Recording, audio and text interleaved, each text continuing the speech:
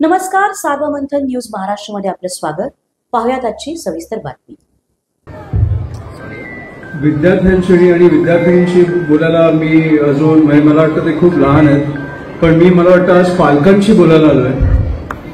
कारण जे माझं स्वप्न होतं आणि जे तुमचं पण स्वप्न आहे की कुठेतरी मुलगा किंवा मुलगी शाळेत गेल्यावर ते कुठेतरी सुरक्षित असावे, त्यांच्या आयुष्यात काही अडचणी नसाव्या, किंवा कुठेतरी महाविद्यालयात गेल्यावर ते सुरक्षित असावे. काहीही अडचण असेल तर कोणीतरी सोडवली पाहिजे. काही गोष्टी आमच्यापर्यंत पोहोचू नाही शकल्या तर कोणीतरी पोहोचलं पाहिजे, तर आम्ही आहोत.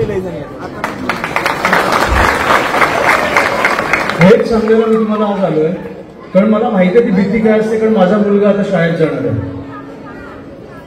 की कुठेतरी एक ती भीती असते की मुलाला काय झालं, मुलीला काय झालं तर पुढे काय, उशिरा फोन आला तर पुढे काय.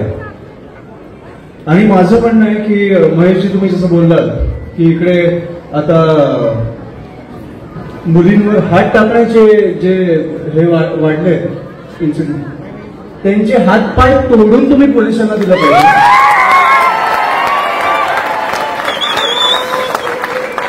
आपण जे छत्रपती शिवाजी महाराजांच्या आपण राज्यात राहतो त्या मुलांचे हात पाय तोडून आपण पोलिसांकडे दिले पाहिजे.